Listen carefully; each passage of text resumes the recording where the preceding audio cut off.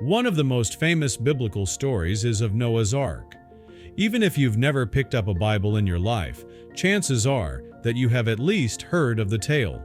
Interestingly, many ancient cultures share very similar stories that are even older than the version in Genesis. This has led eager contemporary historians and archaeologists to seek out evidence of the existence of such an ark. And now they believe that they may finally found a huge piece to the puzzle.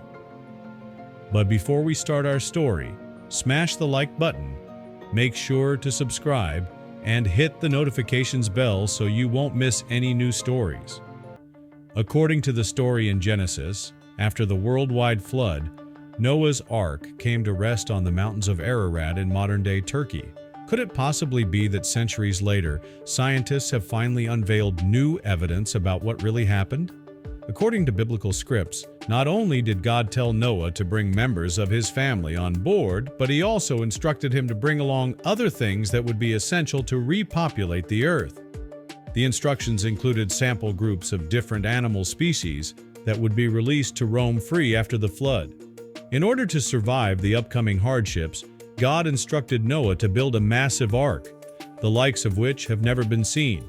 He was given the exact material and dimensions that would be required to build such a ship. The dimensions were 300 cubits long, 50 cubits wide, and 30 cubits tall, which is equivalent to 450 multiple 75 multiple 45 feet. Not to mention, it was 3 stories high. A Hong Kong-based group called Noah's Ark Ministries International, NAMI, is devoted to digging up all evidence they can find regarding Noah's Ark. While many experts don't take NAMI's findings seriously, there are some who believe that they may be on to something. One Ark hunter believes that they might have finally uncovered the key to the Ark's last known location. As exciting as these findings may be, most of their past findings, and others before them, have been debunked. For example, in 1955, when a French explorer reported that he found a 5-foot wood beam beneath a glacier on Mount Ararat. While it was verified that the wood beam was about 5,000 years old, the explorer eventually admitted that he had brought it from a nearby village. While most experts on the matter agree on the general location of the Ark, the Syrian tradition differs from the Ararat story. The Syrians believe that the Ark actually landed on Mount Judy. In fact, early Christian and Islamic traditions call Mount Judy the place of descent, and Josephus, the Roman Jewish historian, said that the Ark's remains were displayed at the place of descent by Armenians in the 1st century, about 60 miles southeast of Mount Ararat. Dr. Andrew Snelling, Ph.D. of the University of Sydney, and a young Earth creationist, is another expert who doesn't believe that the Ark docked on Mount Ararat. Dr. Snelling says that it is very unlikely for it to have landed there, considering that Mount Ararat was formed years after the flood. Early theologians like Origen and Augustine are believed to have a clearer idea of what Noah's Ark may have looked like. Catholic theologian Alfonso Tostada wrote an account in the 15th century describing every single detail about the Ark, and a century later, French mathematician Johannes Buteau aimed to lay out the Ark's dimensions, which many contemporary scholars subscribe to. Out of all the Mesopotamian flood stories, yes, there are a few, the one that stands out the most is the oldest one. Coined the Sumerian flood story, it dates back to 1600 BCE. The hero of this version is King Ziusudra, who builds a boat and tries to save the innocent after the gods decide to destroy the world. As you see, there's a strong resemblance to the story of Noah. Many wonder not only how, but also why these miraculous stories in the Bible took place. Philosophical questions of these biblical events have been hypothesized over the centuries. Why was the universe created? What is its purpose? And the same goes for the story of Noah. In a relatively recent excursion, Dr. Friedrich Parrott ascended Mount Ararat in 1829, over 500 years after Marco Polo recorded his sighting of the mountain. While Dr. Parrott did not attempt to dig up the Ark, he did, however, document how the locals felt about the legend of Noah's Ark. All the Armenians are firmly persuaded that Noah's Ark remains to this very day on the top of Ararat, and that in order to preserve it, no human being is allowed to approach it, he said. As we mentioned before, NAMI, Noah's Ark Ministries International, believes that they found concrete evidence of the famous Ark on Mount Ararat. In 2010, a group of Chinese and Turkish evangelicals claimed to have found wooden artifacts that are likely to be ruins from the Ark, which would confirm, once and for all, the location of the historic ship. Had they found the breakthrough the world was looking for? Not long after a French explorer banned Fernand Navarra admitted to fabricating his findings, a helicopter pilot named George Green took a shot at unveiling the whereabouts of the Ark. Green claimed that he could see the Ark from his helicopter ride above Ararat, and said it's fossilized in the side of a rock cliff about 13,000 to 14,000 feet above sea level. Apparently, his sky view photos weren't convincing enough as he failed to gain investment for a proper expedition. From a theologian's perspective, one of the most intriguing details about the legend is that it appears to be a microcosm of creation. There were 3 decks on the Ark, which may symbolize the 3 levels that Hebrews believed made up the world: the waters, the heavens, and the earth. Another mystery surrounding Noah's Ark regards the exact materials used to build such a structure. According to the King James Version of the Bible, the Ark was made of gopher wood. However, since there are no trees that go by the name gopher today, it's hard to verify. The New International Version of the Bible uses the term cypress wood. Although it is commonly thought that Noah rescued 2 of each animal, the Bible states differently. In one passage, it says, 7 pairs of every kind of clean animal, and 1 pair of every kind of unclean animal, and later, 7 pairs of every kind of bird. So, if you do the math, it may have actually been 14 of each animal. Some experts believe that there were as many as 2.15 million sheep in the vessel. Naturally, most are skeptical about this outrageous number, considering all the other animals and humans needed enough space to sleep, eat, and just live during the time they spent on the ship. Other theorists speculate that the number of animals on the ship was closer to 16,000. At 16,854 feet, Mount Ararat is the tallest peak in Turkey. Did you know that it's actually a dormant volcano?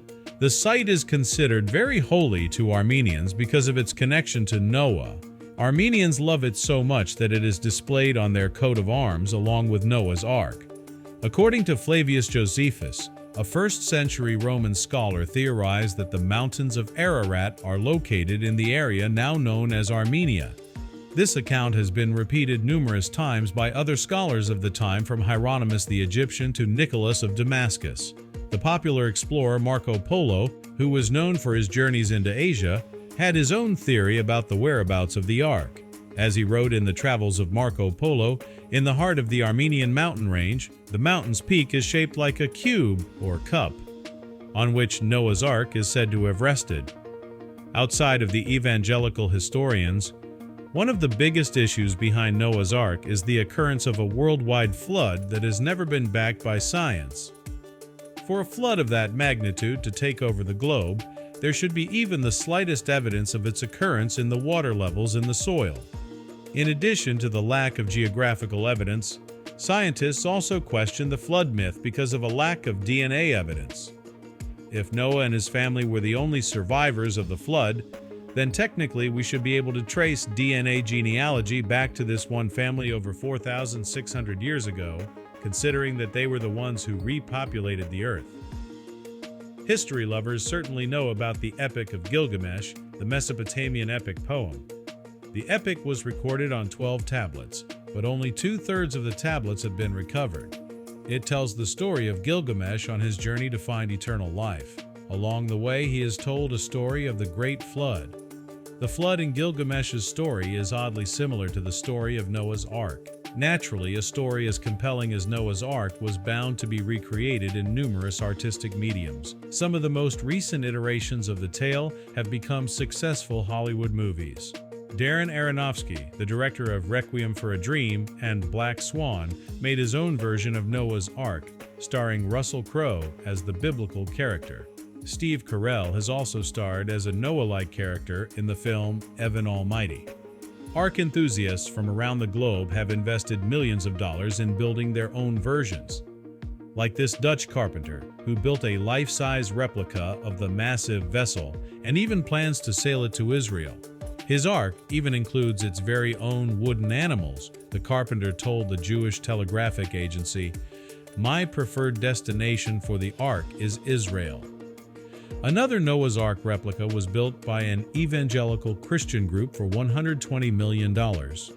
The Ark Encounter, a theme park in Kentucky, attracts visitors nationwide, boasting a 4.5-star rating on TripAdvisor.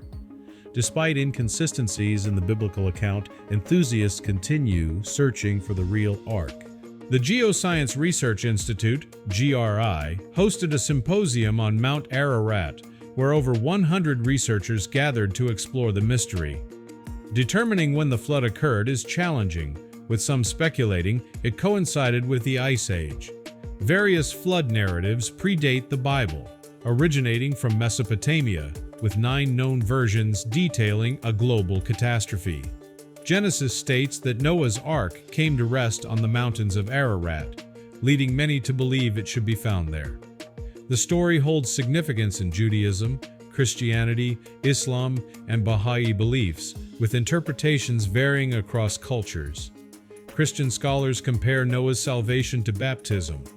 Muslims describe the ark as bird-shaped, and Baha'is consider it symbolic. Skeptics like Oxford historian Nicholas Purcell question the story's plausibility, noting that if a massive flood occurred in 2800 BC, civilizations like Egypt and Mesopotamia would not have survived. Dr. Snelling argues that Mount Ararat formed after the flood, making it an unlikely location for the Ark's remains.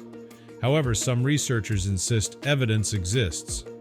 Professor Raul Esperante of California's Geoscience Research Institute supports the claim that remnants of the Ark are on Mount Ararat. In 2010, a NAMI researcher reported entering a wooden structure there, carbon dated at 4,800 years old. Though not definitive, NAMI believes it is 99.9% likely to be Noah's Ark. Not all archaeologists agree. Paul Zimansky, a specialist in Middle Eastern archaeology, sarcastically remarked that every Ark expedition claims a discovery. Despite criticism, Esperante continues his research, hoping for serious scientific work in the area.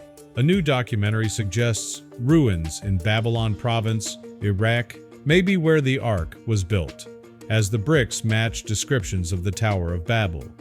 Another investigation by Digital Globe, a space imaging company, captured satellite images of what some believe are Ark remains on a Turkish mountain. These images have intrigued Professor Porcher Taylor of the University of Richmond, who sees them as compelling biblical evidence. He refers to his work as satellite archaeology, expressing newfound optimism in this approach. While much of the scientific community remains skeptical, determined researchers and enthusiasts continue searching for definitive proof of Noah's Ark, driven by curiosity and faith.